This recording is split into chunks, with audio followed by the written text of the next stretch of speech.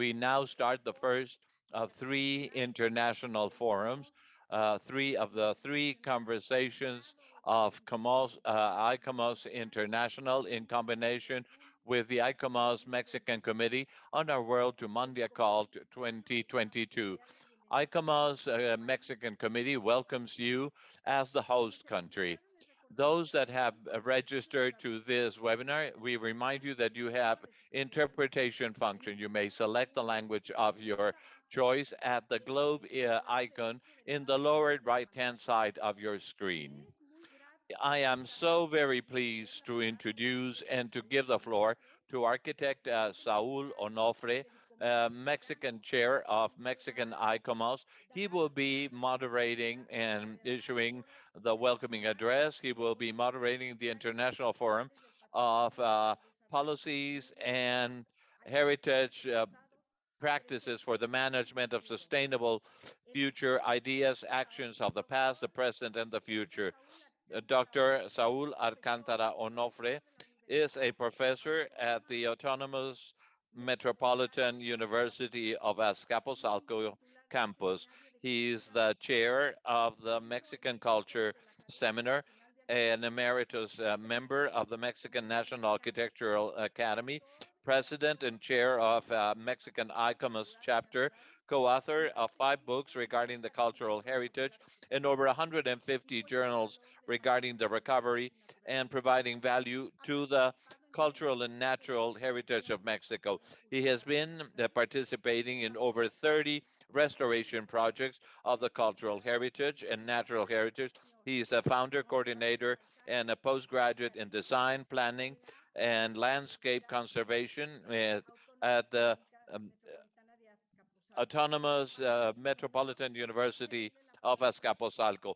It is an honor for me to give the floor to Dr. Saul Alcántara Onofre for his welcoming address. Dr. Alcántara, the floor is yours.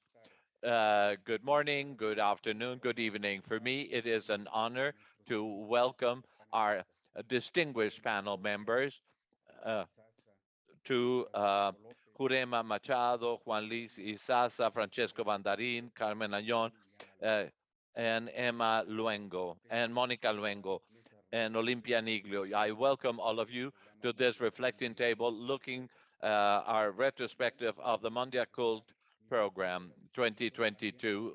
Let me express my gratitude uh, to Guadalupe Cepeda, Gabriel Caballero, and Olympia Niglio, and also Karina Mendez. You are most welcome to our reflecting table. And let me give the floor to Gabriel Caballero at this point. Thank you very much, and welcome everyone. I will share my slides and I have prepared something for everyone for my introduction. So good morning, good afternoon, good evening to all our colleagues who are joining us today. Welcome everyone. I'm excited to be here in this ICOMOS Sustainable Development Goals Working Group, ICOMOS Mexico and the Ministry of Culture for this event entitled ICOMOS Mondiacult 2022 Culture Forum, Culture and Heritage Policies and Practices for Sustainable Development, Past, Present, and Future. Today, we're looking back to the 1982 Mondiacult Conference and its aftermath. I'm here to provide an introduction to Mondiacult in general. So the Mondiacult Conference in 1982 was a gathering of member states of UNESCO, and several issues on cultural policies were discussed, and a conference agreed on the definition of culture as the whole complex of distinctive, spiritual, material, intellectual, and emotional features that characterize a society or social group. It includes not only the arts and letters, but also modes of life, the fundamental rights of human beings, the value systems, traditions, and belief. I think this is a 1982 conference really made an impact because it defined or celebrated the cultural diversity of the world. The conference produced the Mexico City Declaration, which proclaims that everyone has the rights to participate in the cultural life and enjoy the arts. The aim was to open up new channels for democracy through equality and opportunity in culture, And the Mexico City Declaration has expanded the concept of culture and cultural heritage, as well as marked the need to include cultural perspectives in development policies. It was also the foundation of other UNESCO declarations, as you can see here, the Declaration for Cultural Diversity and the future conventions of the 2005 Convention on Cultural Diversity and the 2003 Convention on Intangible Cultural Heritage. Prior to the meeting of 1982, several regional conferences started from the 1970s uh, that UNESCO started the movement of cultural development. It started with Venice in 1970, Helsinki, Yogyakarta, Accra, Bogota, and Baghdad in 1981. So it was an 11-year process, and it reached Mexico in 1982. It is notable that the work of UNESCO and its aspirations for cultural diversity also indirectly brought forward the development of ministries of culture all over the world. As part of the government agencies that report on cultural policies, now most countries will have the national ministries of culture. As you can see in this slide, the ministries of culture before 1982 was around 62 countries, and afterwards, most countries now have the ministries of culture. This year, a new conference in Mexico is being arranged by UNESCO and the government of Mexico, entitled Mondiacult 2022, UNESCO World Conference on Cultural Policies and Sustainable Development. It will look at new priorities of cultural policies. New issues have emerged, as well as challenges. COVID-19, conflicts, inequalities, and climate change need new policies relevant to culture. The cultural sector is faced with widespread disruptions, bringing forth the need for new adaptations for public policy spectrum. The role of culture to sustainable development has been made clearer, as the disruption shows the role of culture in continuity, engagement, employment, and resilience of societies to advance social and economic development. It also gathers the regional perspectives and priorities of various countries through regional consultations and other activities. This conference will ask, what is the role of culture in the changing paradigm and new public policy? You can see on the right side some of the facts and figures that UNESCO highlighted as the role of culture in the creative industries and the economy. As you can see, $2 trillion are coming from creative and cultural industries. And then 13% of employment is also attributed to major cities. I think it's attributed to protection of land for future generations. 10,000 square kilometers of the lands of the world are protected. And the role of achieving, the cultural's role in achieving sustainable development. 47% of the cultural industries provides jobs to women, and 90% of sites feature culture.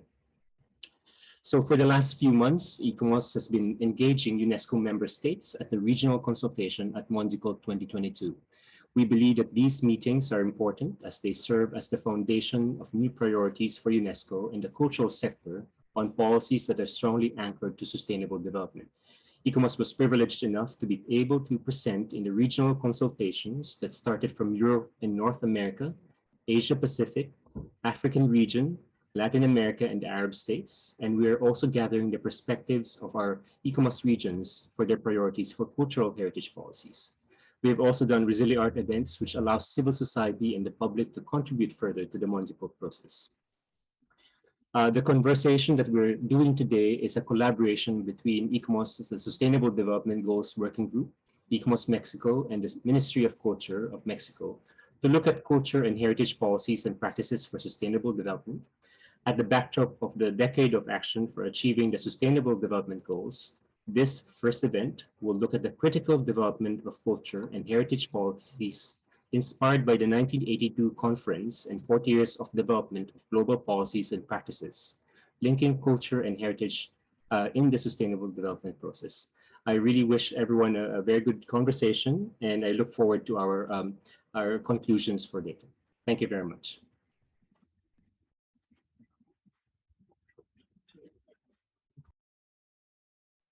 Thank you very much, Gabriel Caballero, por esta introducción. Ahora me We permitiré thank Gabriel Caballero for this introduction. Let me now introduce our panel members. Gabriel Caballero, he is a member of ICOMOS, the Philippines, a country that is quite close to the Mexican culture. You know, many of the works in Filipinas were made by our Tlaxcala artisans. He's a leader of the Sustainable Development Group of International ICOMOS. He has been awarded, given the management of the cultural and natural heritage, and he acts as a focal point for the implementation of the United Nations Sustainable Development Goals of the International Council of Monuments and Sites, ICOMOS. His expertise ranges from sensitive landscape design interventions, cultural landscape research, sustainable development thinking, and World Heritage Management. Uh, Jurema Machado. She is a Brazil architect, and she was the chair of the National and Artistic Heritage and coordinator of UNESCO in Brazil. Also, Juan Luis Isaza Londoño, Colombian architect, graduated by the Medellin Bolivarian University in 1985. He conducted studies of history of art, Hispanic American, 1987, and high management of cultural assets in 2015. He has a PhD of architectural composition of the Polytechnical Madrid University. He has performed as a member of the Board of National Monuments of Colombia and a member of the National Heritage. He has written several books and different documents in specialized journals. He's been a consultant of the International Board of Sites and Monuments of ICOMOS, organization of which he's a member of UNESCO and the World Monuments Fund, WMF. We have Carmen Añón Feliu. At this point, Carmen and Monica Langue will be joining us momentarily. Carmen Añón Feliu, she is a Spanish landscaper and expert in cultural landscapes and historic landscapes. She was the director of the projectors of rehabilitation for the Gardens of the Isle and the King of Aranjuez, La Granja del Campo del Moro, de la Zarzuela, Palacio de la Moncloa, de los Jardines de la Casita del Príncipe, El Príncipe en el Escorial, and Jardines de la Quinta del Duque del Arco, de los Jardines del Monasterio del Escorial, y el Claustro y Jardines de las Descalzas Reales. She was an advisor of the Municipality of Madrid in the corporation of 1979 to 1983, and she was elected by the Union of the Democratic Center of the Municipalities in 1979.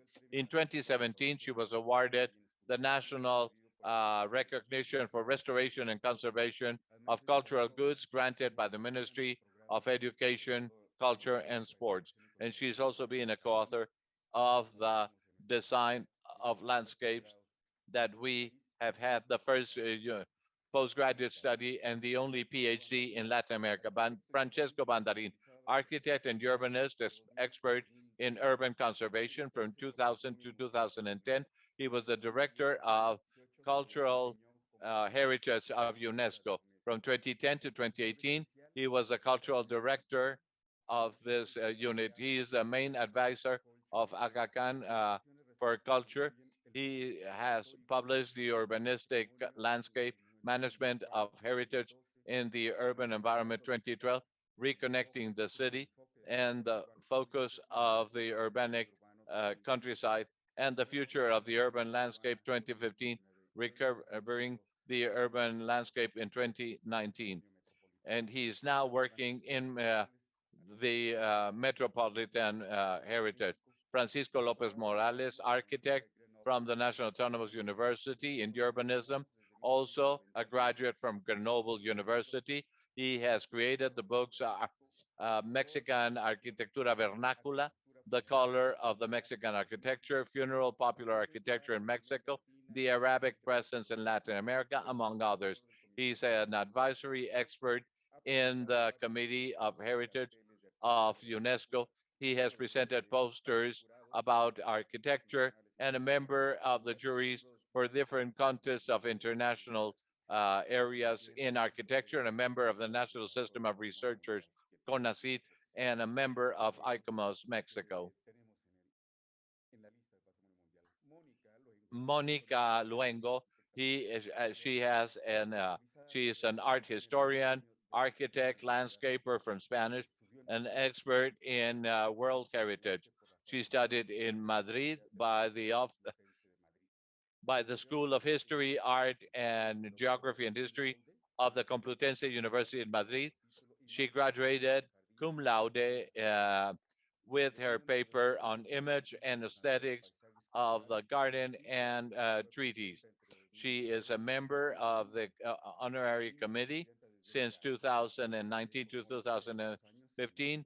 I contributed to work with her during this function, and we both established the catalog for the historic gardens in Latin America. She's also a member of the scientific committee of the European Institute of Jardins et Paysages, of the European Network of Historic Gardens, and el Instituto de Estudios Madrileños. Olimpia Niglia is an architect and Italian conservationist. She is graduated from the University of Kyoto in Japan. She's an architect, graduated in 1995 with architectural conservation from Naples University. In 1999, she got her PhD in architectural conservation from Naples University, Frederick II. Since 2004, she's the head journalist in Architectural Exempli de Arquitectura. She's a member of the scientific committee of the architectural heritage of ISAR and a member of the Forum UNESCO and ICOMOS Italy, and also member of the International Scientific Committee of Theory and Conservation, ICOMOS, international arbiter of the Journal of Architectural Heritage. She was the director, together with Taisuke Kuroda, and the exhibit Giorgio Vasari Architect. Maria de Guadalupe Cepeda Martinez, she is a restorer of assets of the uh, cultural heritage built on wood. She's a professor at the Center of INA Jalisco. She's the vice chair of ICOMOS Mexican chapter. She has been the vice president for the continent of the Americas for the heritage built with wood in ICOMOS International. She has been a member of the committee of drafting committee of the principles of conservation of the cultural heritage built in wood adopted in Delhi in 2017. She is now the head of the conservation de Petatera de Villa de Álvarez, Colima de Restauración del Mural Teatro de Gollado, Keles for the restoration of oil paintings, Mexican fibers, and the role of restoration. She has written several books specialized in the cultural heritage management by the conservation, restoration, and she is also a member of the National Institute of Anthropology and History. Well, as part of this conversation, first of all, we will give the floor to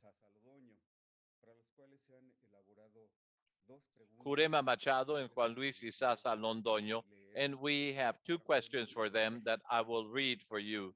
For Jurema Machado and Juan Luis Isaza, which were the visions or the hopes for cultural policy before the Mondiacult meeting of 1982? That is the first question. Let me give the floor to Jurema Machado and then Juan Luis.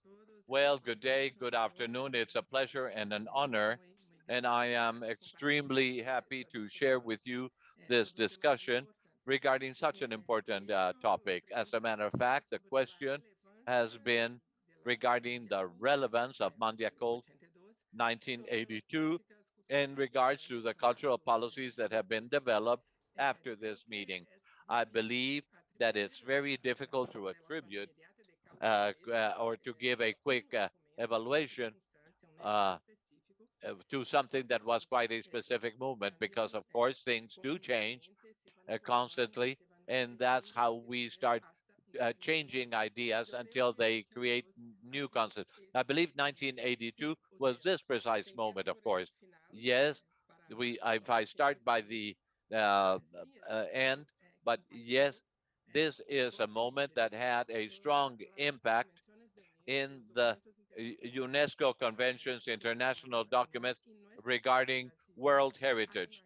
And well, there is also a clear breaking point here when the topic of culture and heritage has been checked in our federal constitution dating 1988 with an article that deals with cultural heritage management that is in coherence with what has been stated by the 1982 Declaration and Convention. This has given way to a change in our heritage policies. Cultural, el patrimonio intangible We consider the cultural identity, the intangible uh, heritage that is considering the diversity of the country in a mixed way. I believe there is here an issue that I do not know if it is relevant for us as professionals from the very first moment in which we had contact with this declaration, because it is a very strong relationship that is quite precise in some of the moments, because the impression was that we were somehow static. That is no minor thing, because we can see that we have to work within the concepts.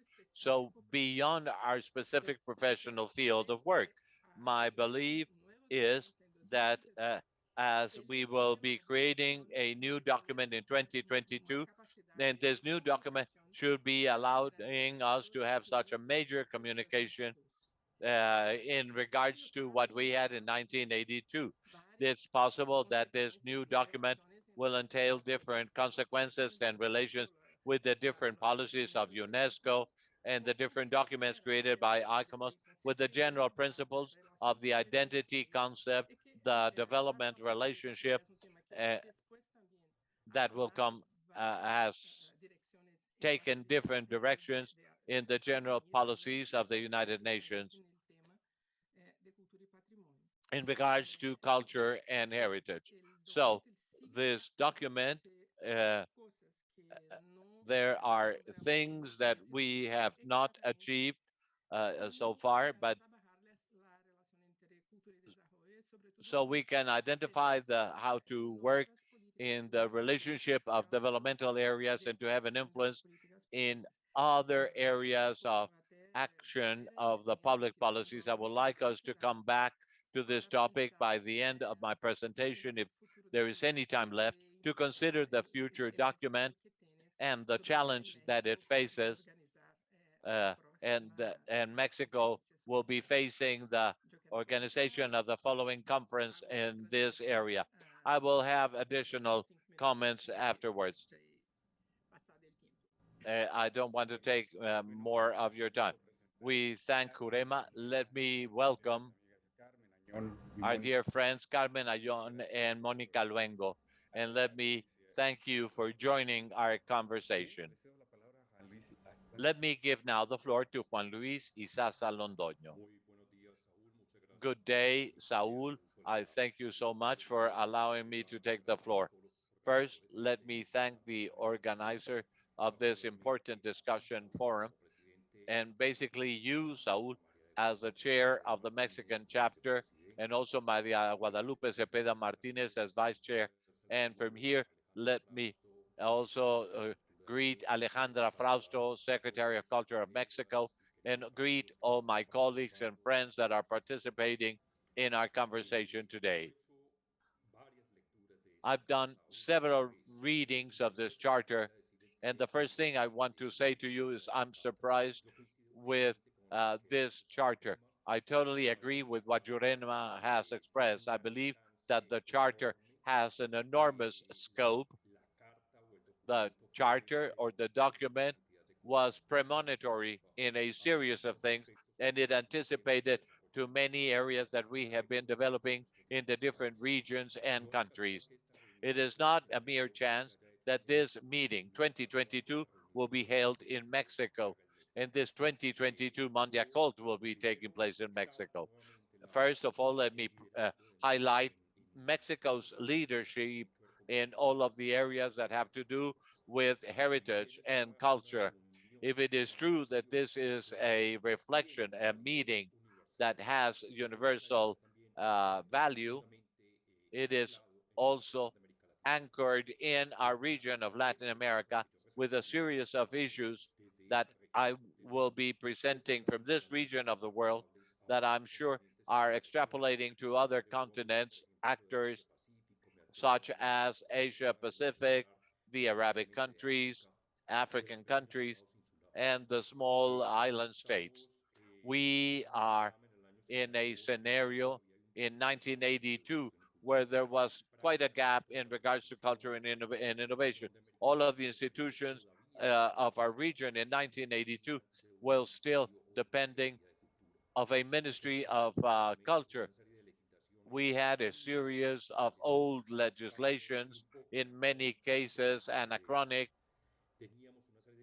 We had a series of institutions that were not strong in our countries, with considerable exceptions, budgets that were quite limited, technical staff that was not truly duly trained, and heritage management that were based on material and monumental uh, sizes. In Latin America and the Caribbean region, this heritage is been understood as a white, Iberic, Catholic, male, and monumental heritage. I totally fully agree with Jurema. This charter did not come by itself. I'm sure that there was a reflection level globally that is now permeated within this charter that was quite premonitory, and it was so very relevant. This charter of 1982, in many ways, it seems to me that touches areas that are not alien to our region, but it was also present in many other parts of the world. I find this very important because everything that it mentioned so very much in advance in regards to what we're having in our continent. We were present many years before the conventions of material and cultural heritage management. This charter actually accentuated highly all of these areas.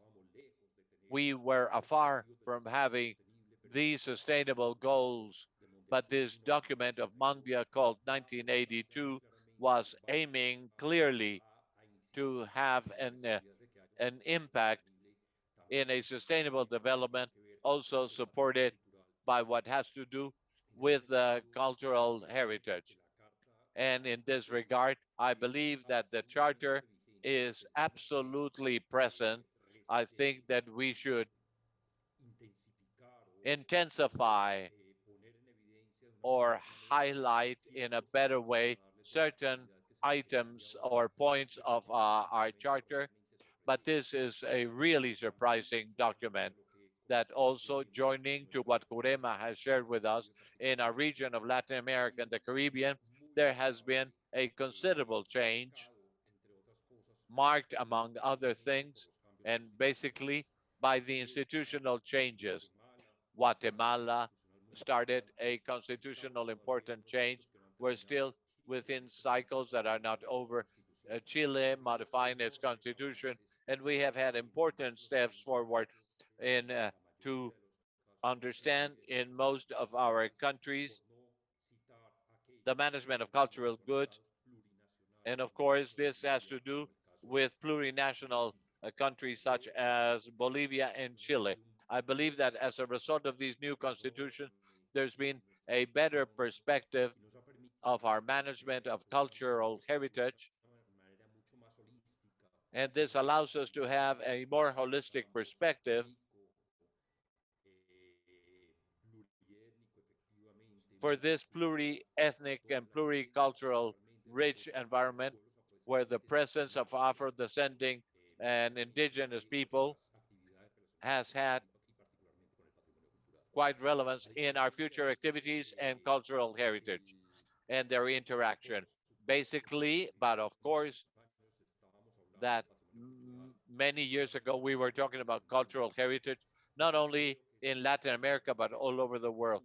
But I believe that this charter has been a turning point, and well, our meeting will allow us to consider a series of things that are connected with the 1982 process. And it is this enormous wealth that cultural and material heritage has, that has to do with the communities, with the peoples, with the ways of doing things, with traditions and mores that we find so normal. For 1982, they were limited, and they were quite inviting. And of course, this Mondiacult uh, document was pointing out this clearly. I conclude my participation here. Well, we have 5 minutes for the next question.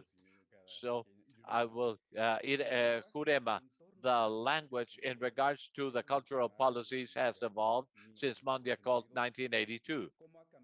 How has this changed your understanding of the cultures and the values of the society? Has this been a reason for change? Of course, yes, the language has changed as a consequence of the general principles that are within our Mondiacult 1982 document.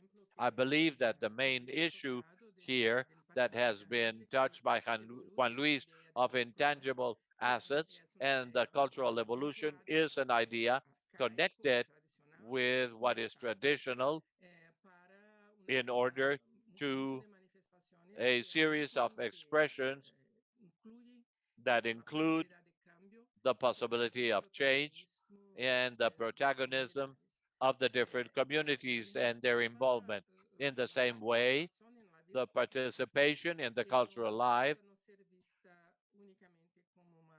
that is not only perceived as unidirectional from the state providing all the means for a cultural expression, but the movement the other way, coming from the communities, as I have said, what I believe that we're really missing in terms of concrete consequences of this document is precisely the ability to introduce a more complex and holistic idea of developing other policies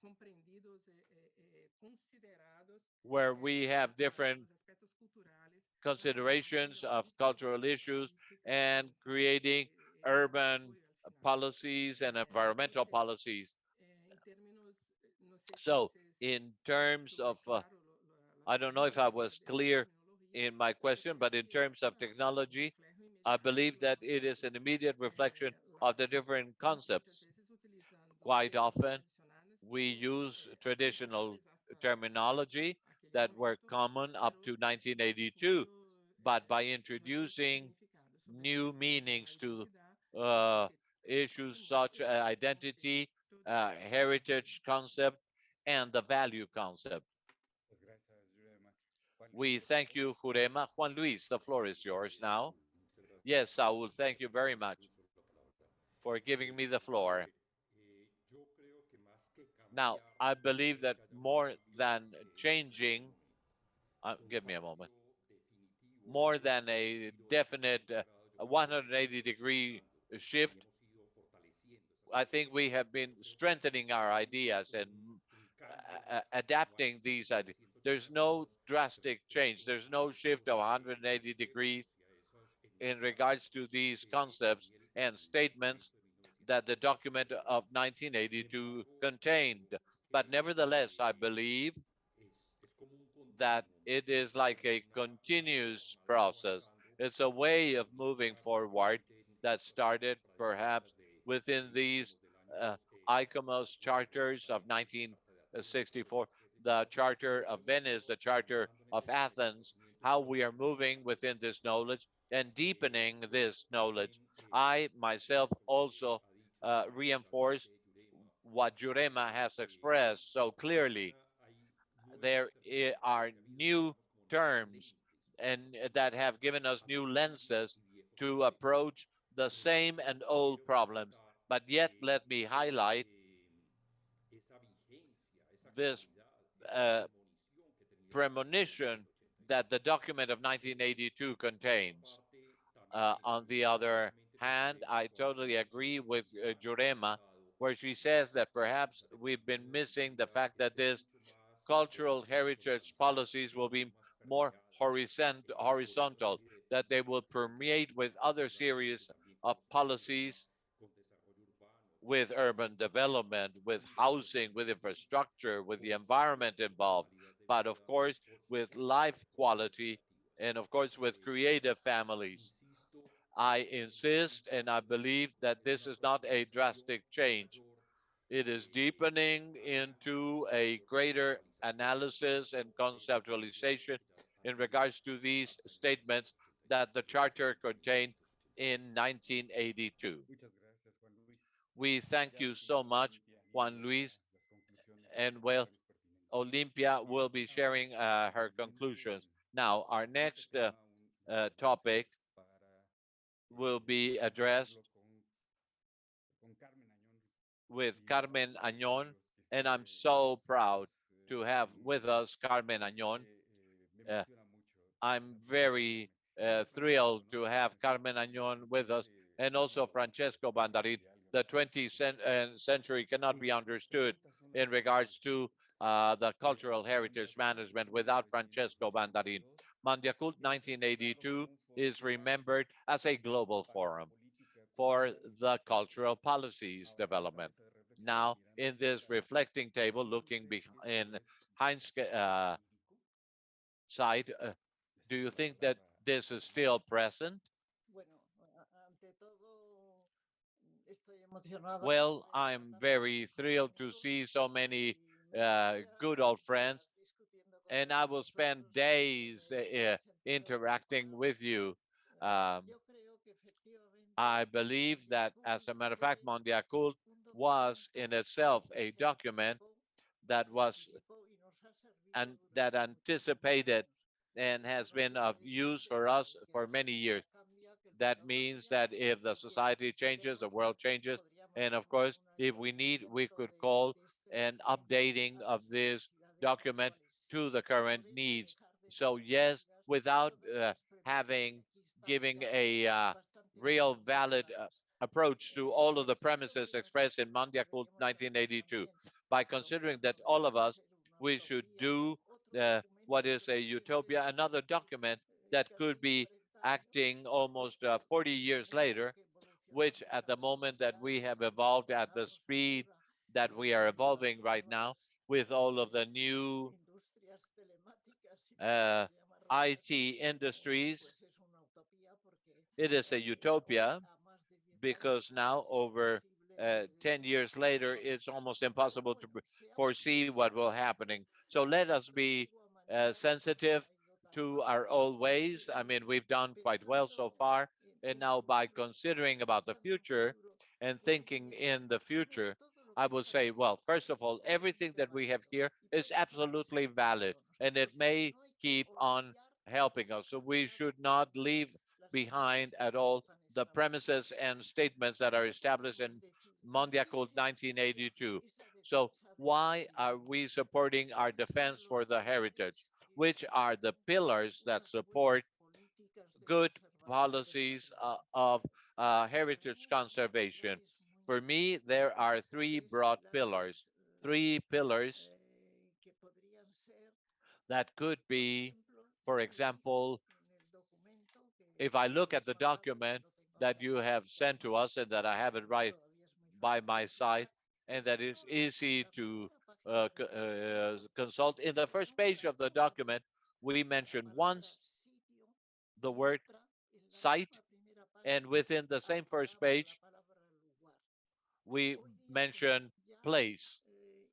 And now, as Isasa has clearly mentioned, we cannot disconnect heritage, cultural heritage, or intangible heritage from the natural or environmental heritage.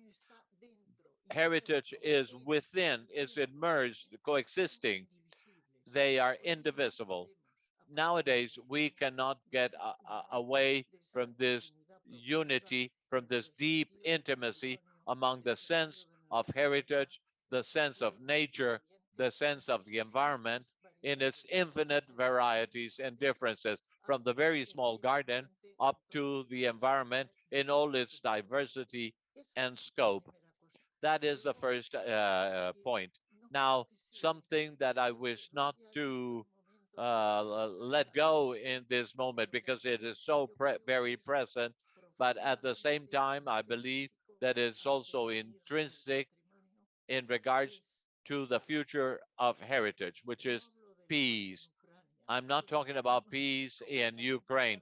That is another topic of our discussion. I'm referring to the defense of peace without harmony among the different peoples, without discussing, to have an understanding, a conversation where there will be a possible distribution of knowledge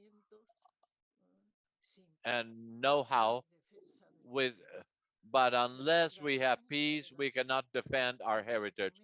So the defense of peace, the tool of personal peace and international peace is basic for a possible policies of treating our heritage. And there is something also uh, that we leave behind. The defense has to do with our love of heritage and knowledge. Without schooling, without teaching the school teachers so that they, from the very beginning, from their young stage, will lead to knowledge, to learn about the wealth, the richness, the value, the history, the tradition, while we are not deepening the first stages of human beings uh, in the value of heritage, to take this deep leap, we will only achieve this in limited moments. That's why I believe that these three pillars are the ones that should support and develop in the future the heritage policies.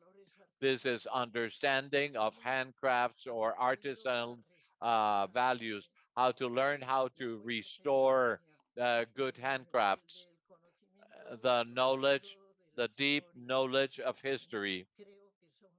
Uh, I believe these are basic pillars for the future of the defense of our cultural heritage. I thank you so much, Francesco. The floor is now yours. Francesco Bandarin has the floor.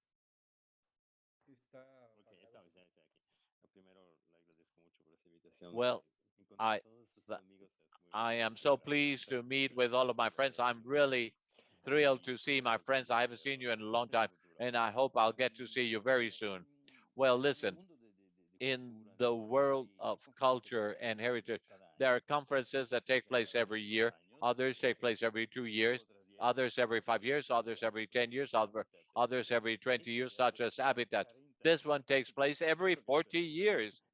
I mean, that is quite an important, relevant point to bring to your attention. 40 years is a long time. We have to have a long-term scope.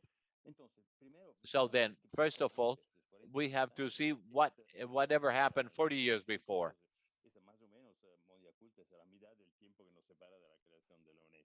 Actually, Mondiacult's creation is about 40 years before the creation of UNESCO. So we have to understand the relevance of UNESCO. So now the definition of culture of UNESCO was quite limited. It was a European elite definition that was, they were the members of UNESCO basically at that time.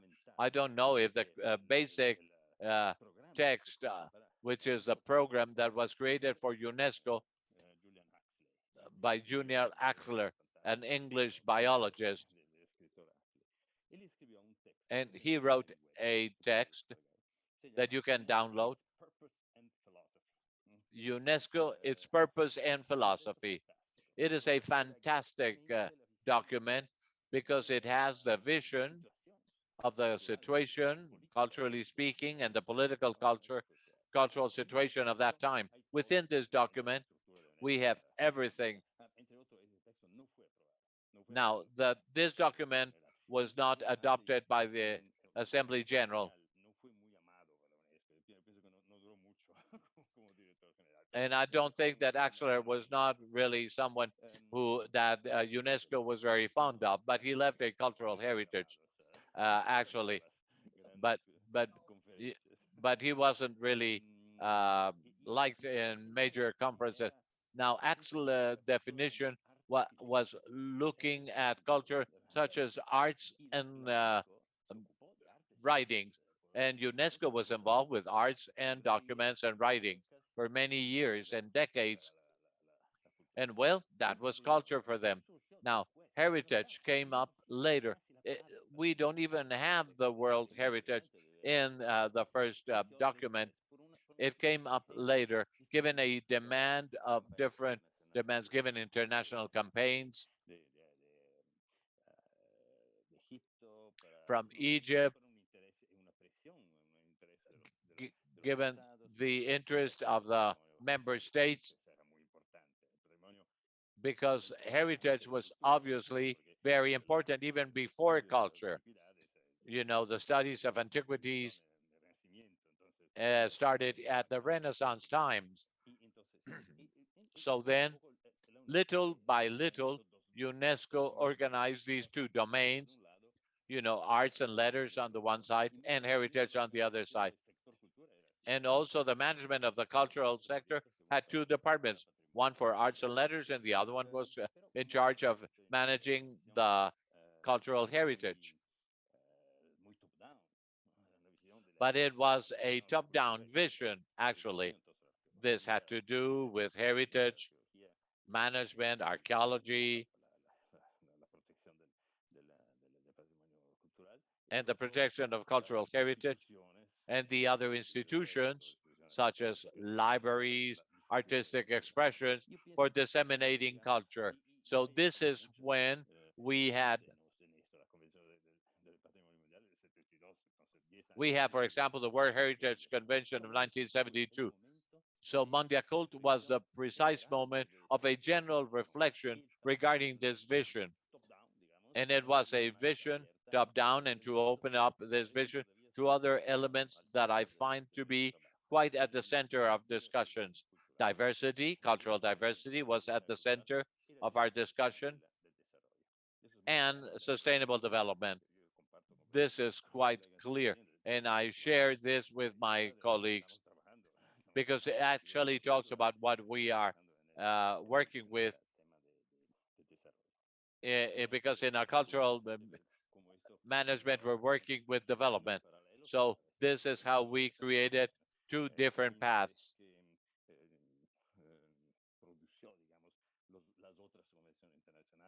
For example, the different paths that led to the production of different cultural statements, the cultural diversity of 2001, the convention of 2003, the convention of 2005, and many other conventions, and also how it influenced heritage, because heritage also had to open up to diversity. The Nara Declaration is an example of this. The inclusion of cultural landscaping, another element. Also, the creation of some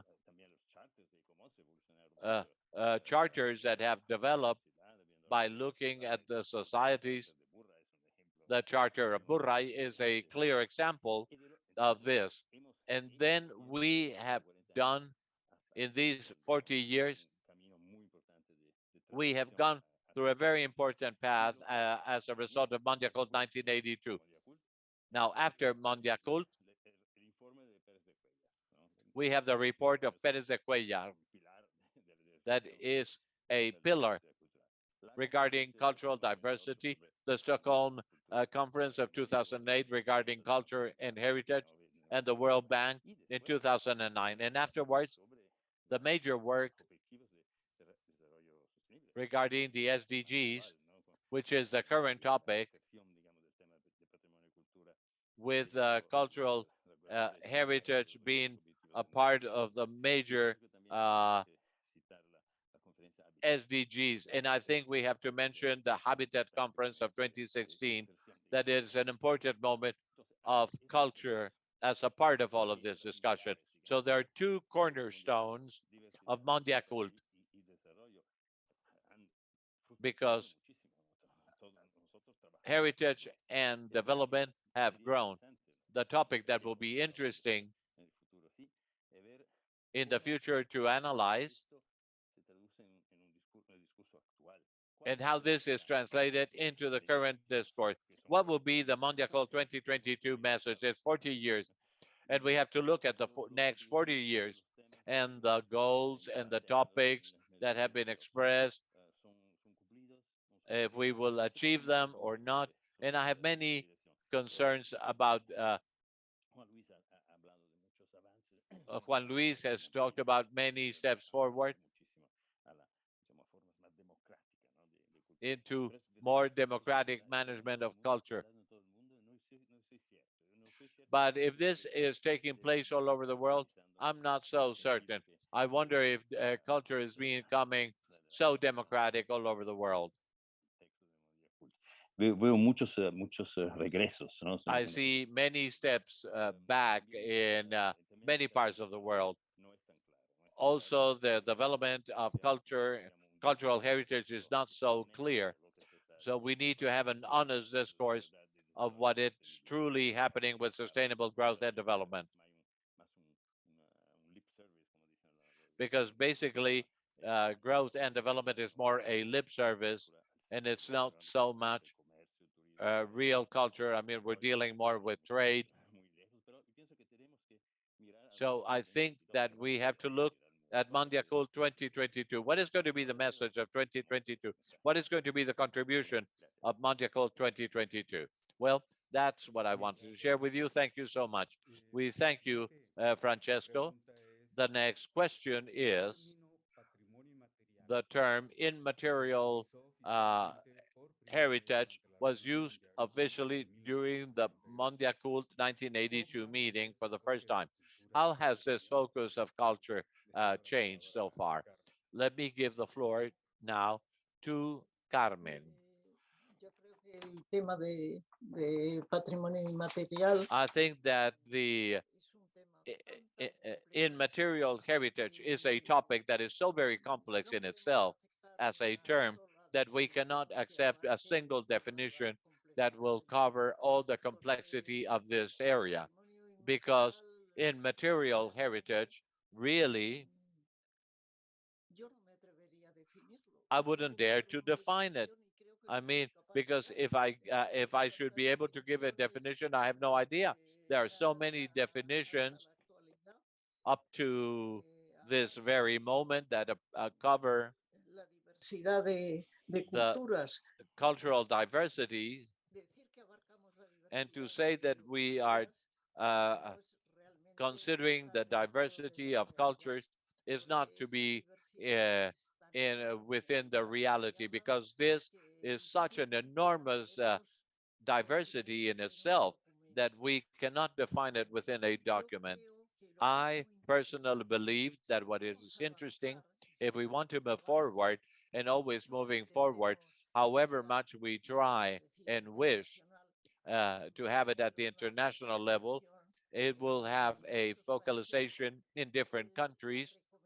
But the recommendation that could come up, perhaps, of this meeting would be to ask our international ICOMOS to establish a program that will be well defined, that will not leave and will be supported in sub programs. You know, in Cantabria, we are an international organization and we have the support of many countries. And well,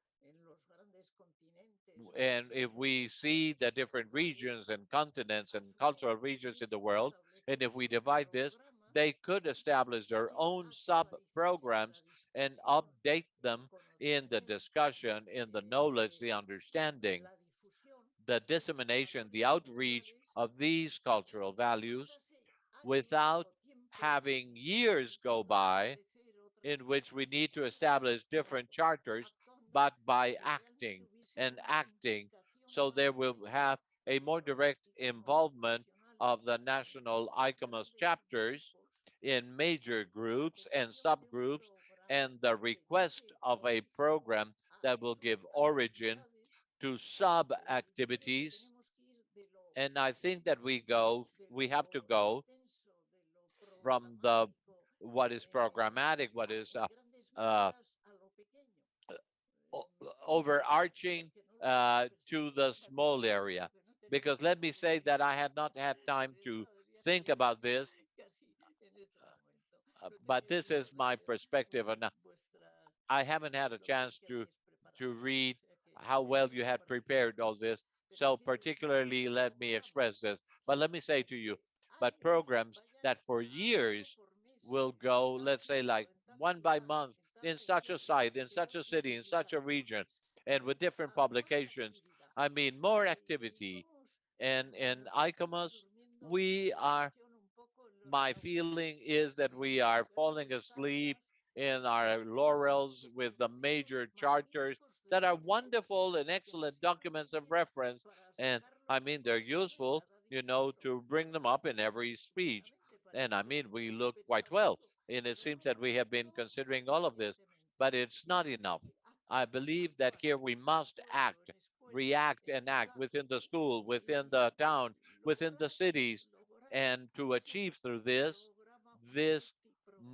multi-program uh, coming from a small structure, from a general structure. This is to ask ICOMOS, let us to move more. And let me say that I'm not the one who moves the most, and let me put the blame on me, but I believe that we've got to work much more from the international level to the national level and to the local level with structural programs that will force us for having concrete actions, quite more frequent, quite more useful. And I mean, I'm saying by this that, of course, meetings like this are quite useful. This is a wonderful reference, of course, but I think we need much more. My message is much more. So I leave you Gracias, Carmen. with this. Gracias. We thank you, Carmen. Francesco, Muchas gracias por un comentario rápido.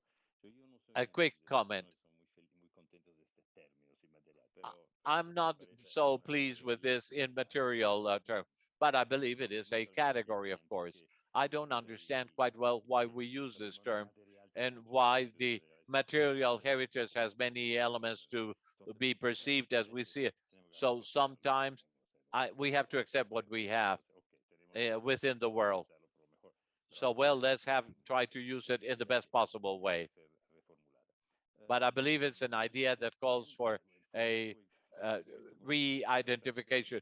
The ¿verdad? term Dignidad del was patrimonio proposed for a elementos given esenciales to give dignity to the de la vida. culture A elements veces of material and immaterial clase heritage. B.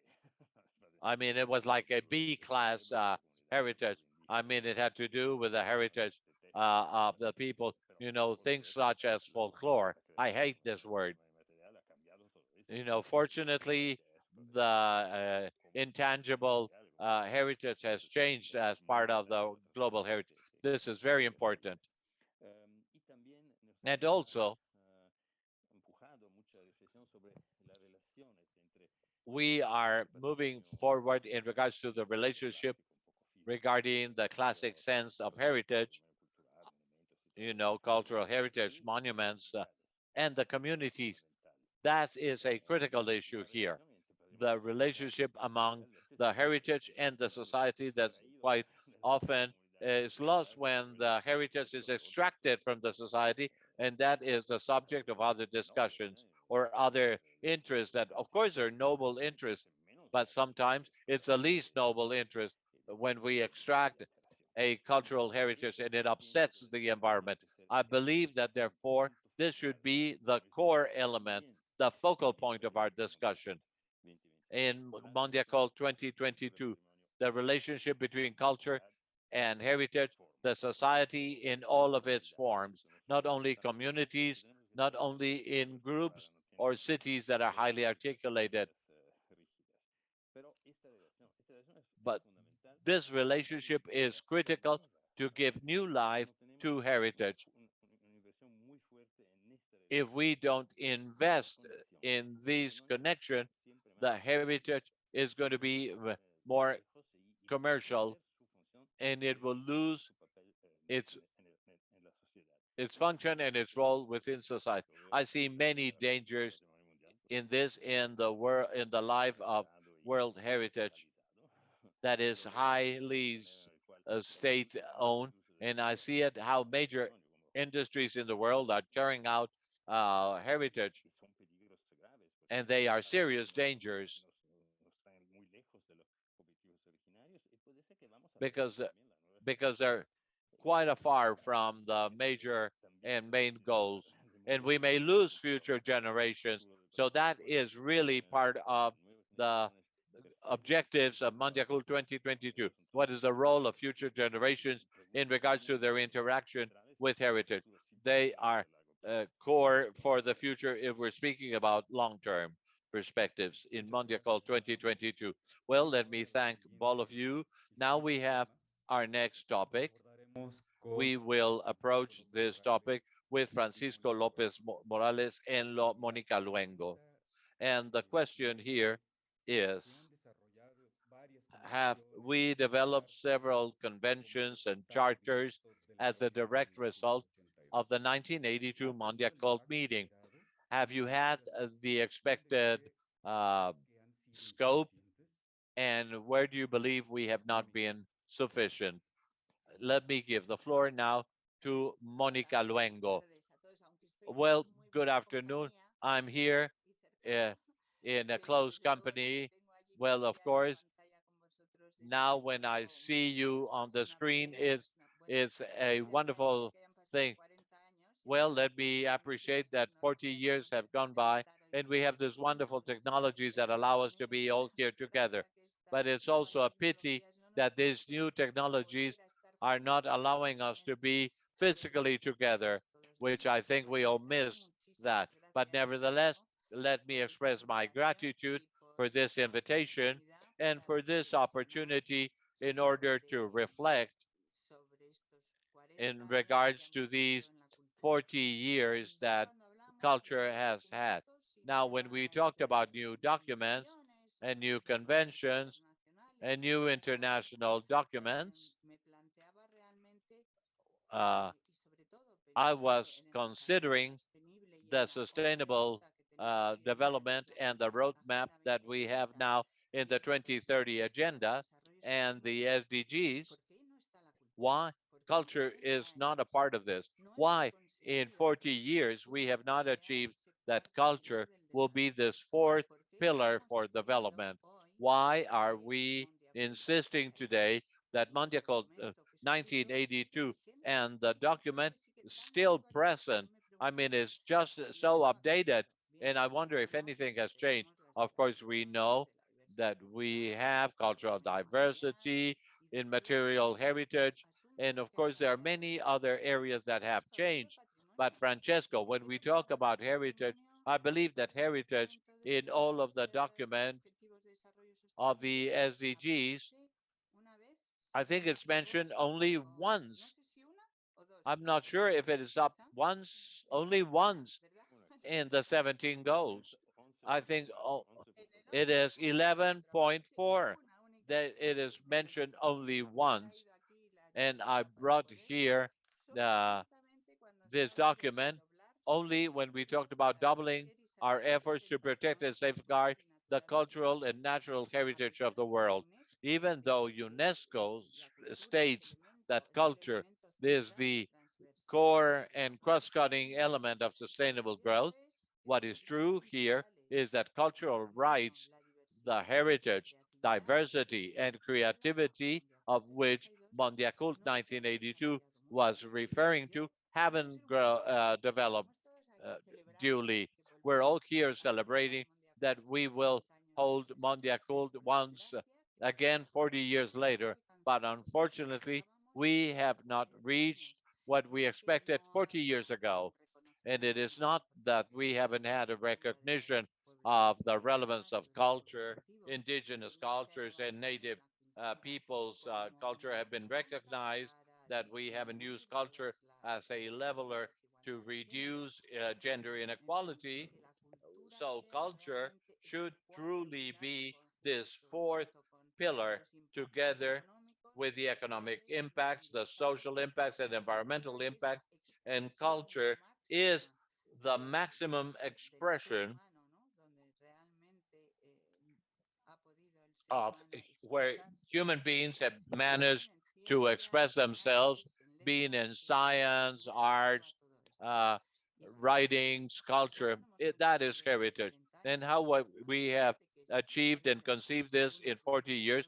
And even though we have had important documents, I'm sure that you have all referred to cultural diversity, material heritage, the different inventions and ALARIC, and so many other conventions that are so many initiatives and documents of ICOMOS.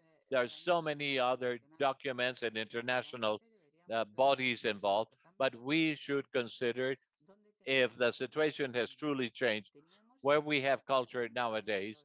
I mean, we had with the SDGs the opportunity, shouldn't we have included them? Because in a given date, they were a limited phenomena, but shouldn't we have included them now as a critical part in many of the SDGs, or even to at least have one single goal, culture as what we're talking about now, talking about education, heritage, identity of the peoples, human rights. Here, let me express my opinion, my discording opinion, by sadly, let me say to you that I believe that we haven't moved forward enough. And Pancho, the floor is yours. Now tell me that you don't agree with me. Gracias, Mónica. I Pancho, por thank favor. you, Monica. Pancho, the floor is yours now. Está apagado tu micrófono, Pancho. I'm sorry, your microphone is off, sir. Uh, uh, Mr. Francisco, your microphone is off. Thank you. Quisiera I would like reaccionar to react como un novillo o como un toro al que le as ponen un a par de bull banderillas with que nos two puso Mónica Luengo uh, para ver banderillas si that ya Monica hemos has given me, entendido and I have el understood sentido de the la sense evolución of the que hemos evolution tenido a that we partir de have had since 1982 1982 de Mondiacult. from Yo Mondiacult. creo I que believe como Bandarín citó con enorme that pertinencia, as esto no se Bandarin toma has como una mentioned with evolución pertinence, a lo we should largo see de this as tiempo an mucho más evolution largo. in a Tal longer vez, period, at quizá, least perhaps evocando by las sabias palabras calling que the se wise words dijeron that con were algo que stated ya Carmen Añón with había something that mencionado Carmen Añon has con already referred enorme to us insistencia y with pertinencia pertinence and que insistence la UNESCO se in regards fundó that en UNESCO was founded in 1965, no, 1945 1945 and y 46. ahí resulta And una it frase and a quote, extraordinariamente an extraordinary pertinente quote para that was quite pertinente para el overwhelming día and de hoy, pertinent for y today's es considerations. que That puesto que en was las guerras that given that en la within the mente de wars los hombres, are born pues in en the la minds mente of de los men, hombres it is in the donde minds of deben men construirse where los we should valores de la build paz. up the En este values of momento, pues peace. esa At frase this very moment, cobra un this quote valor importante porque hay que retakes hablar an important value efectivamente because we have en to los speak about the tiempos fact that, donde no as hay a matter of guerra fact, in those times when there exactamente is no como war, para pensar there were en moments as reflexionar to think y and to saber manage and si reflect about culture todo lo que and to se know discutió that en la everything reunión that de was expressed 1982 in the en México 1982 meeting in y en Mexico, Mondiacult in the Mondiacult realmente meeting, se reciben con is enorme claridad where las we políticas perceive with culturales clarity de los the cultural países. Y me policies of the parece que different la countries. respuesta It seems to me that the answer could be positive, definitely speaking, but not complete. It is incomplete because we have seen that there are many things that are left behind of the evolution of the ways of thinking of the different nations and the topic of sustainable development, the topic of the communities, the issue of the shared heritage. At that time, these concepts were not clear. And I'm saying this because in the 1962 convention, even from the Venice Charter, my dear friend and colleague and thinker Susana Sampaio in Brazil was making reference to the preamble of the Venice Charter, where in a quote, it said everything that entailed the future, and that is that the monuments are evoking the spirituality of the world.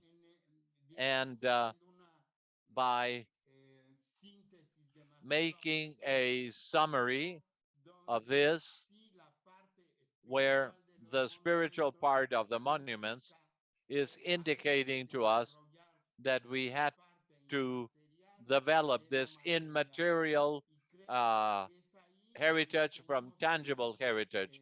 I believe that it is here where we have to break down in our thoughts which are those elements that are critical in understanding. Um, Throughout the documents of Mondiacult, after this, there are two major conventions that those that have taken the floor before me were making a reference to, that are the topics of the 2005 convention and those that have to do with the convention that has had major repercussions worldly,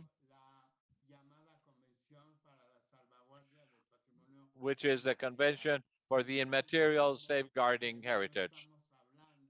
Here we are not talking about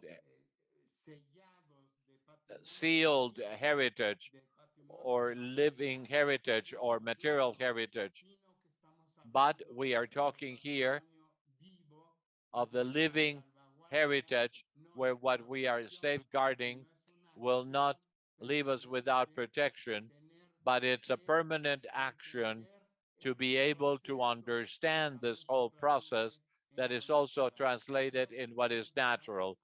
I believe that here we have heard the opinions expressed by the Danada Charter, because I believe that the Western cultures have contributed considerably to know that integrity and authenticity are not only translated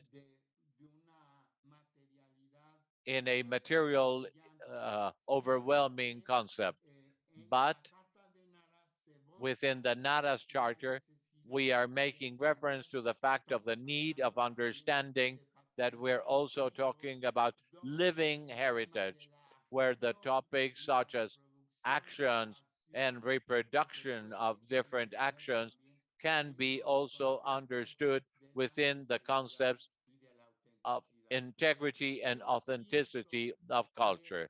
My consideration is that at this point, we are in a turning point, which is critical in order to conduct a deep analysis and exercise of the review of the charters, the documents, and the programs that UNESCO has developed clearly in order to know which are those areas where we have not so far given an answer to, that is truly overwhelming to the demands that have been expressed throughout the previous time. I am talking here, for example, about the fact that it is stated that within the 1972 convention, we're talking about the fifth C, which is the participation of the communities, and that this participation within the convention of 2003, we are also expressing this, but where UNESCO has not had the possibility and perhaps to talk about the capability of understanding which are those elements and the reivindications that are expressed in each of those monuments and elements that are the two accepted terms within the conventions that truly will understand the deep sense of the demands of these communities in terms of giving an answer. I'm not saying support in economic support, but an advisory support, support that will be responding to what the communities have expressed as their needs for a guiding element of their actions in a permanent way. I believe that here lies some pending assignments which our Mondiacult reflection should be quite alert in order to give a response to those elements that we have not yet achieved.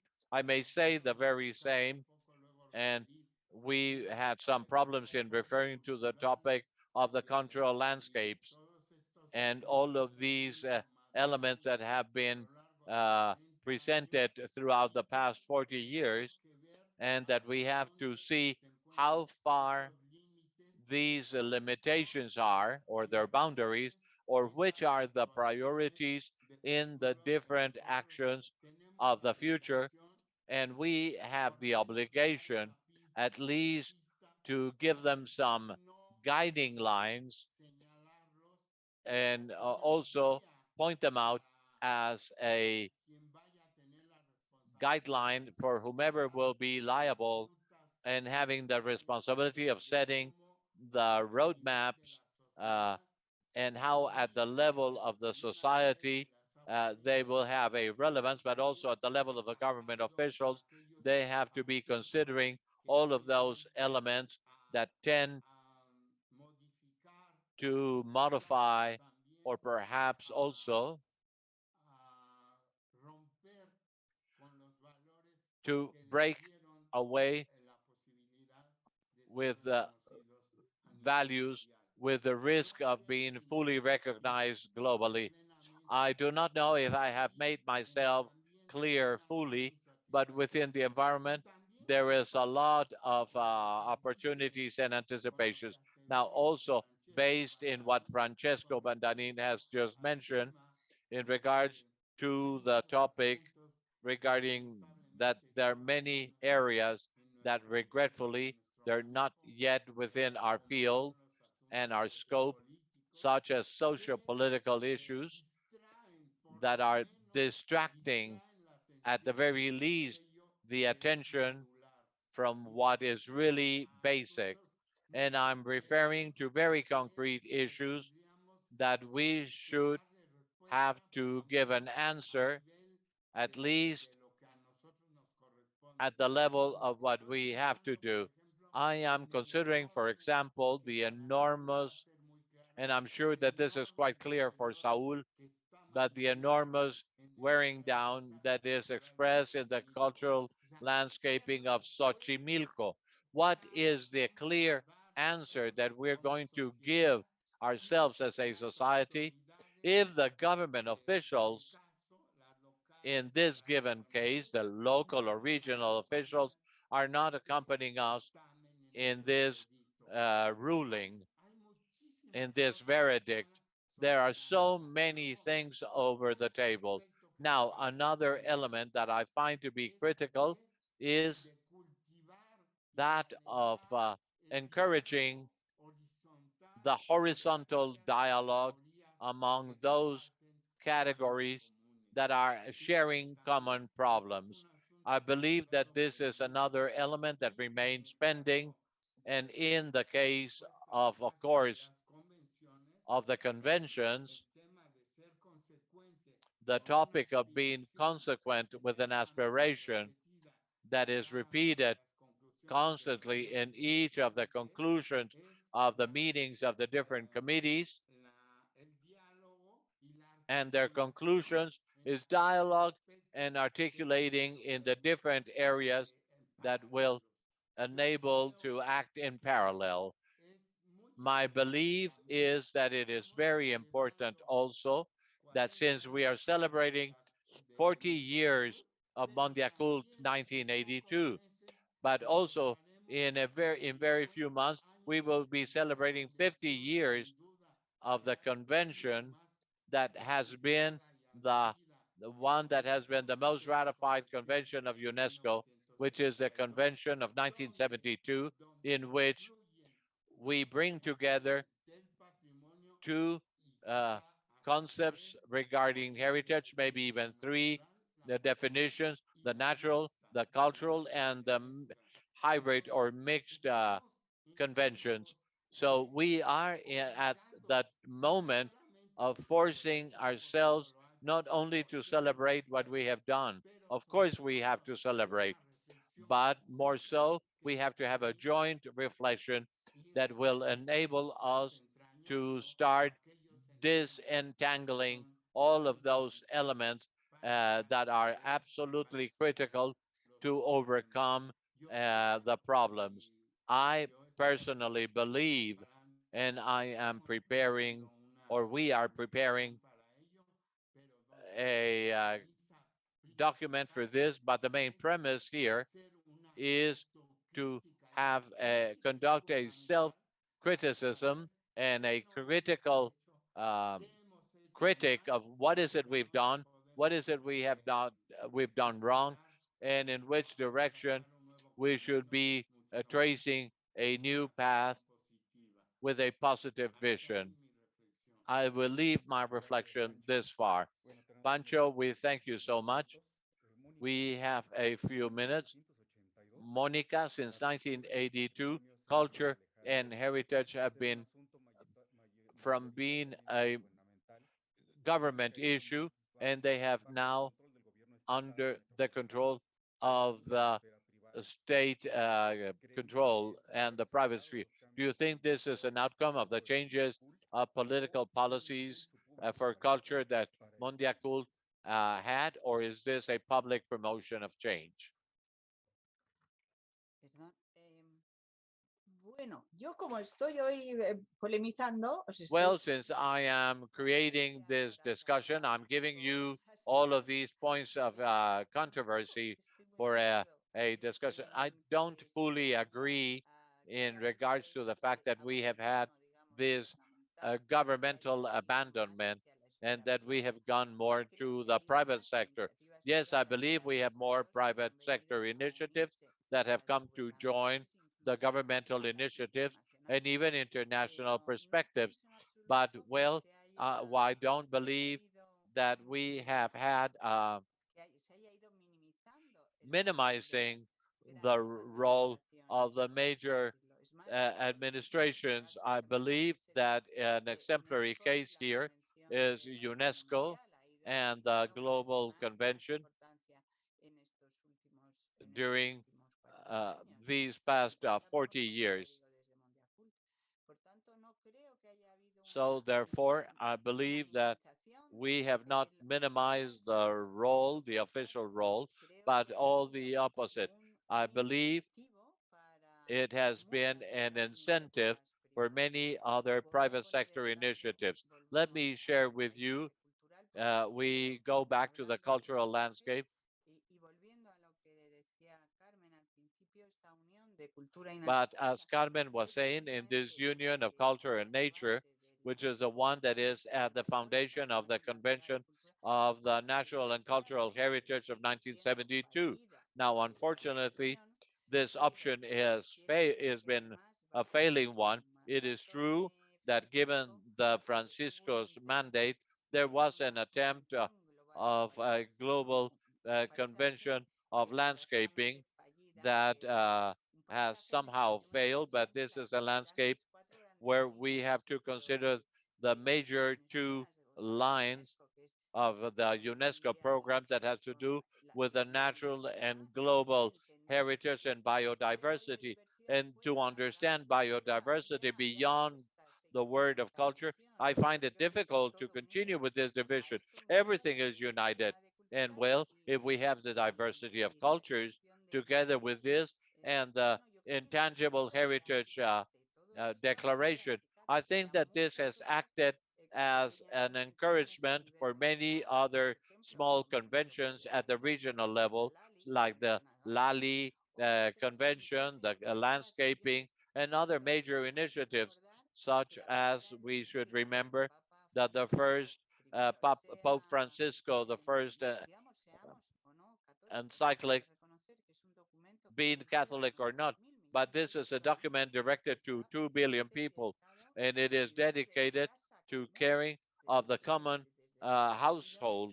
And this gives an environmental sense, but understanding this as culture, as what we are talking about, as the basis of an approach from the point of view of human rights and the well-being of the communities. So therefore, I would not say that we have not minimized this, um,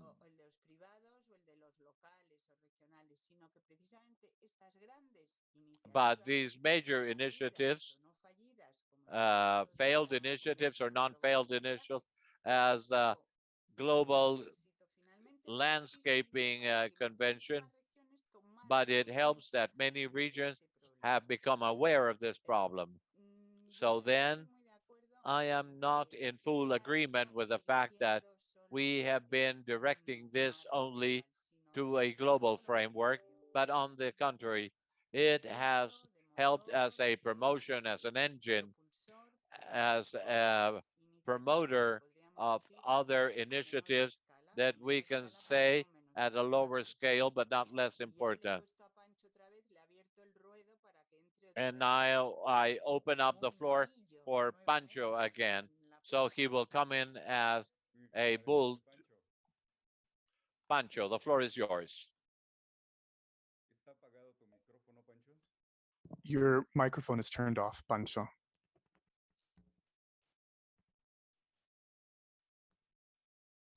¿Ya?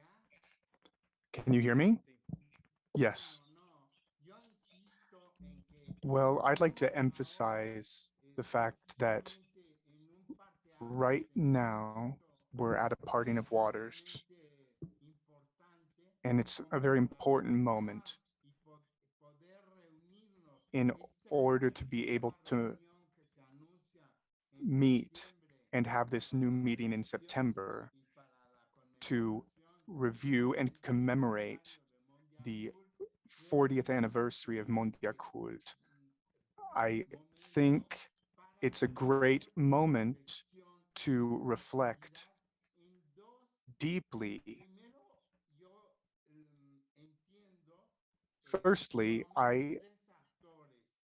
understand that La there are UNESCO. La UNESCO several necesita actors. también UNESCO una also revisión needs profunda a de a deep, dónde a quiere profound dirigir review sus of políticas where it en wants los to direct its diferentes sectores, policies en los diferentes in different sectores. Yo creo sectors. que es muy I importante believe que estemos it's en very diálogo important permanente that we have a dialogue for nivel this, both de at los estados parte que conforman a level of the al states organismo, that are en taking su part in conjunto, this y en body todos sus together sectores, in y all of their en sectors el nuevo protagonismo que and han in the tomado new ahora las protagonism comunidades that the en communities una C have mayúscula. Creo taken, que that ese is, diálogo communities with the capital necesita C.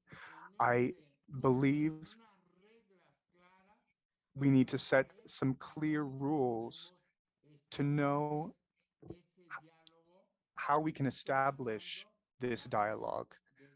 I'm speaking from a normative point of view, because if the states that are part of this, that form the main bodies of the United Nations and the different regional bodies, it's also necessary to define clearly how societies together, communities locally, can engage in the aspects that have to do directly with a legal recognition. That's one point. The other point that I was reminded of would be the fact of articulating and seeing how we view the topic of natural means, the topic that's surrounding it, and the factors within those means. I think it's a challenge and a great opportunity to understand how we're going to establish the rules for coexistence between these different categories. Muchas gracias, Pancho. Thank you very much, Bueno, ha sido un Pancho. gozo enorme escuchar a nuestros It's seis been panelistas. a pleasure to listen to our Ya 6 aquí, panelists, apuntan sin lugar a duda que esta declaración de and we've definitely seen políticas públicas culturales de Mondial how this declaration in Mexico is still relevant. I've been told that we need to finish punctually. La voy a obviar y nada más quisiera yo poner en So la mesa I algo que también would just like to address something that concerns us. It mentions here at this point the founding principle of cultural relations is the restitutions of their various works. podrían reforzarse para acrecentar This can be reinforced to sustain their efficiency. mapa de Uppsala de 1555 de Alonso de Santa Cruz, ¿no? Que está fuera del país, el Códice This Florentino también. is something we've seen in various areas of the country, and it was marvelous to see this in an anthropomorphous setting. I think we've also seen a lot of different artworks that have been marvelous as well, that represent this. I'm very grateful to everybody. It was a pleasure to listen to all of the different points. And we're going to move on now to concluding remarks. So please go ahead. Thank you, Olympia. Thank you, Saul, and thank you to everybody. I've shared a document in English because I've translated my concluding remarks. The event of 1982 is important today. A lot has changed in recent decades. We've had progress in science, and we've seen a lot of changes in the environment, in culture, in education. And the scope of these things has also extended and deepened in our societies. The global conference has introduced important concepts such as political policies, cultural, community, and more than anything, Article 10 has promoted the idea of culture, that which constitutes a fundamental dimension of the process of development to strengthen independence, sovereignty, and identity. This seminary, this seminar, rather, addresses these important topics. Our participants have been promoting the importance of the impacts of the different international conventions from the Declaration of 1982. An important topic is training professionals and officers to be able to address this topic. The declaration continues to be relevant and should still be applied in all areas. Francesco Bandarin and others have proposed different ideas in order to continue to defend heritage. This is a topic that has to do with the new tasks connected to local communities. Today, we have to analyze heritage in terms of peace. It has to do with education, integration, and we have to have open dialogue relating to this question of heritage. Also, in regard to laws, we have to understand the progress we've made for the next convention. Another idea is the concept of immaterial heritage. It has to be reanalyzed. Monica Luengo and Francisco Lopez Morales have talked about the concepts that have not been sufficiently developed in recent decades. It has to be an expression of cultural heritage as well as territorial heritage. Another interesting point has been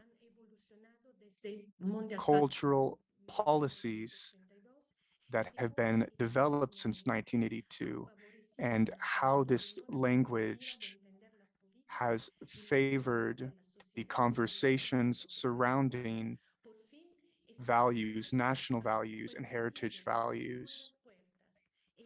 We want to open new doors and create a path to continue discussing the value of heritage. More than anything, we want to understand the centrality that communities have in developing cultural heritage. There is no doubt that we need to take the opportunity to continue developing these elements.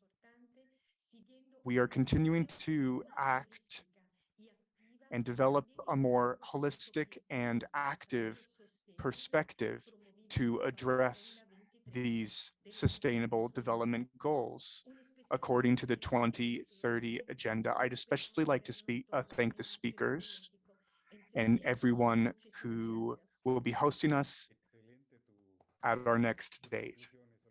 Thank you very much for those concluding remarks. Next, we're passing the floor to Juan Luis. Relatora. Yo quisiera someter a consideración de ustedes una cuestión quizá muy puntual, que es un tema pues, que me preocupa a mí de This is a manera... topic that concerns me especially, and I think it concerns all of us who are here. In regard to the goals of 1982, there were very general goals and also very specific goals.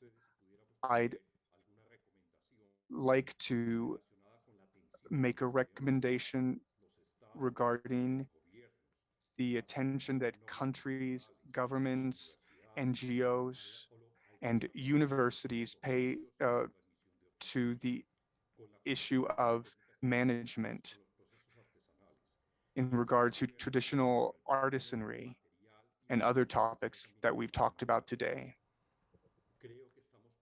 I think we need to take big steps in regard to managing this.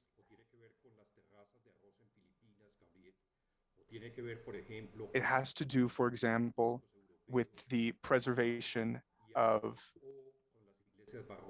natural spaces or some of the other areas that we've seen. I think we need to mention this, the to the need to protect. The interpreter apologizes, the speaker's connection is weak. We need to address the topic of conservation and preservation in regard to cultural heritage. The interpreter apologizes, the connection of the speaker has been lost and there is no more sound. I think I completely agree with Juan Luis. In Mexico, we've had a lot of problems with the church fire of the famous church and the wood paintings inside. No hay más artesanos. En cambio, hace ya algunos años, algunas décadas, Santa María de Acapulco. It's been a few years, a few decades, and it's been restored by the community. And then after the 2010 earthquakes, there was a lot of community engagement de restaurar alrededor de todos los templos que fueron We dañados. haven't concluded all the and there was a restoration lot of what was restoration of damaged the by the sites that were 2017 damaged. earthquake. Thank you We very thank much, Juan Luis. Luis. Well, let me I'd now like to give the floor now to to Maria Maria Guadalupe Cepeda Martinez. Thank you very much. Let me speak a few words, then we will have a video. Now,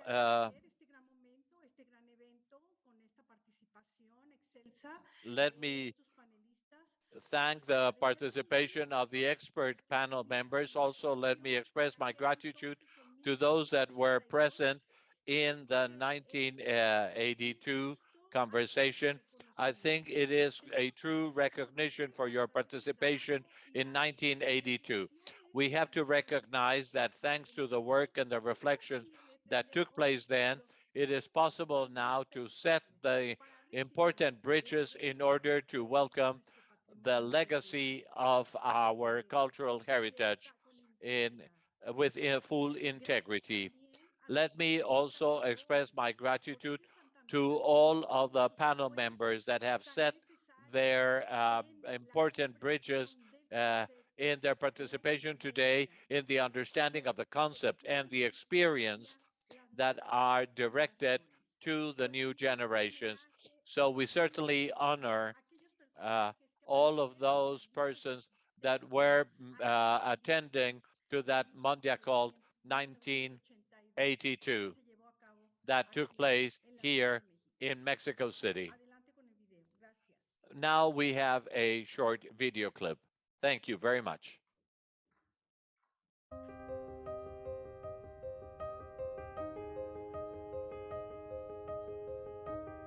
Michel Parent, former president of ICOMOS International, 1981-1987.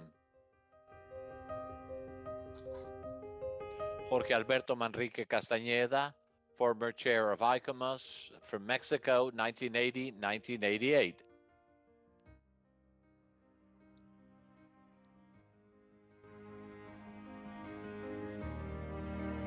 Sergio Saldívar Guerra, member of ICOMOS, Mexico. We thank you so much for your contribution during the meeting held in 1982. International Council on Monuments and Sites, ICOMOS.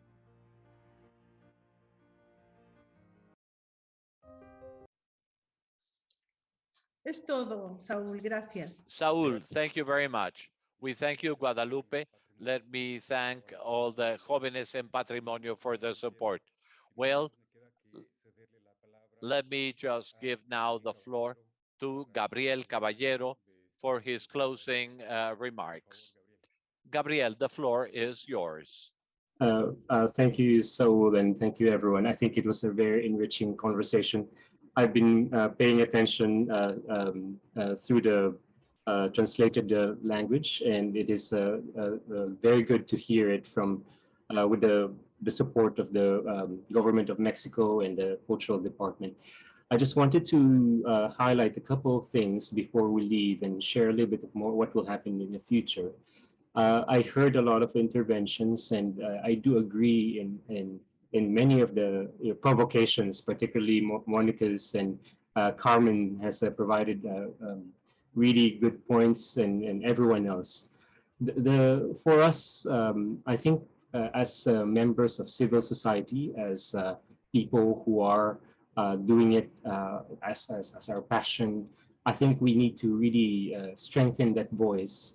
In this meeting in Mondiacult, it is a UNESCO meeting.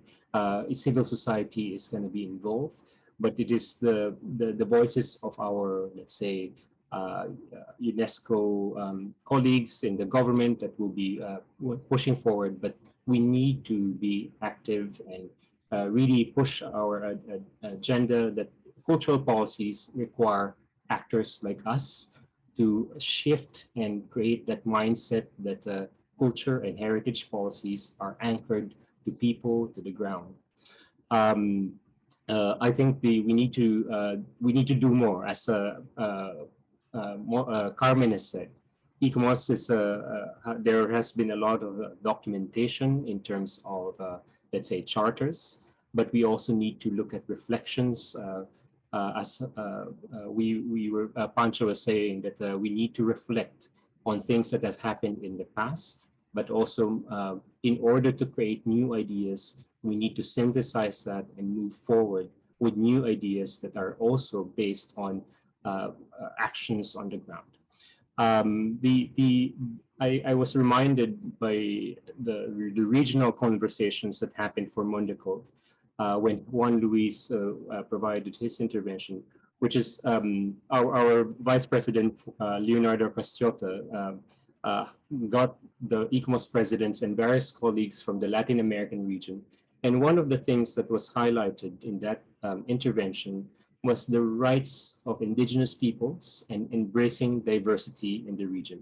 I think that is something that we need to keep in mind when we talk about cultural diversity. It is not just about the diversity of the various nations, but also beyond that, the local diversity needs to be embraced.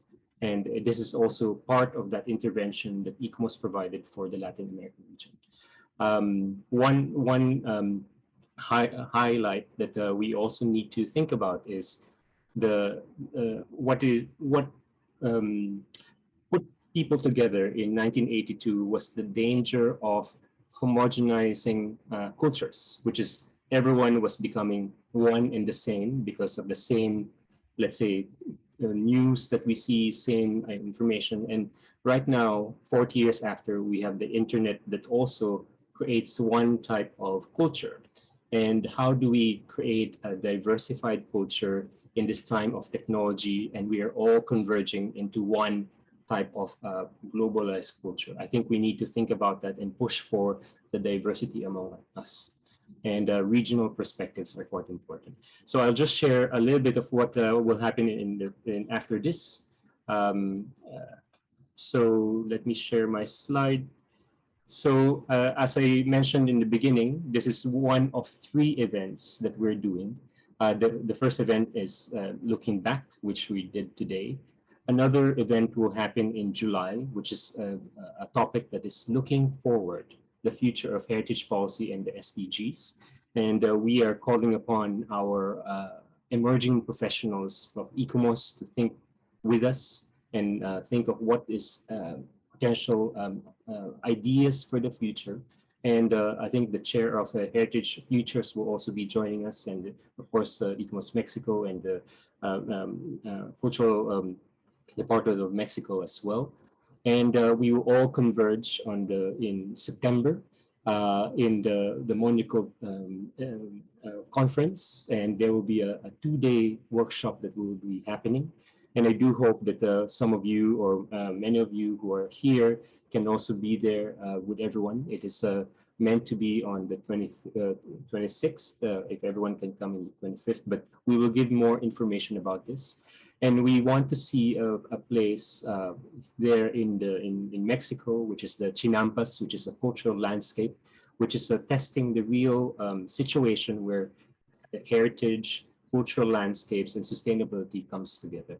And I think that is the first announcement, but by in the next couple months, we will give you more information about this. I really appreciate everyone's attendance and do hope that we see each other again. And I look forward to more conversations here over Zoom and of course in Mexico in September. Thank you very much.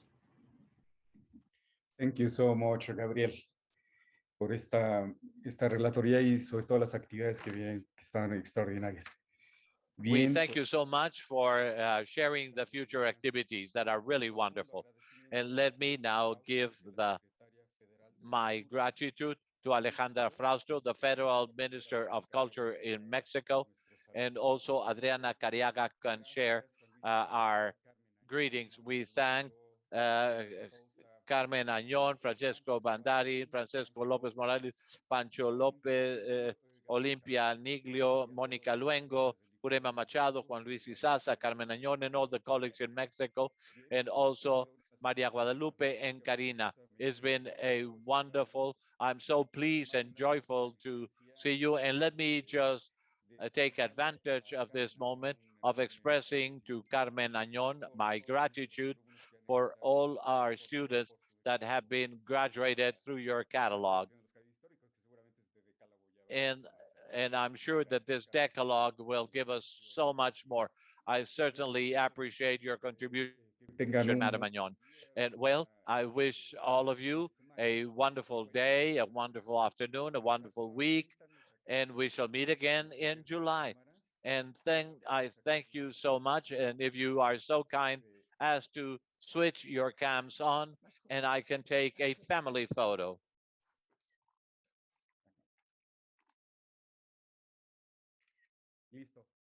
Ready. Thank you very much and good afternoon. Good afternoon. Thank you so much. We thank you for being invited. It's been a wonderful panel. Thank you so much for inviting us over. We thank ICOMOS Mexico. Thank you so much. Best greetings. Thank you very much. Best greetings and thank you. Muito obrigado, Jurema. Muito obrigado com você. Muito obrigado.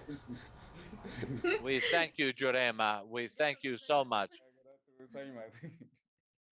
Jurema, gracias. We thank you, Jurema. Let me thank you, Maria de Guadalupe. Farewell.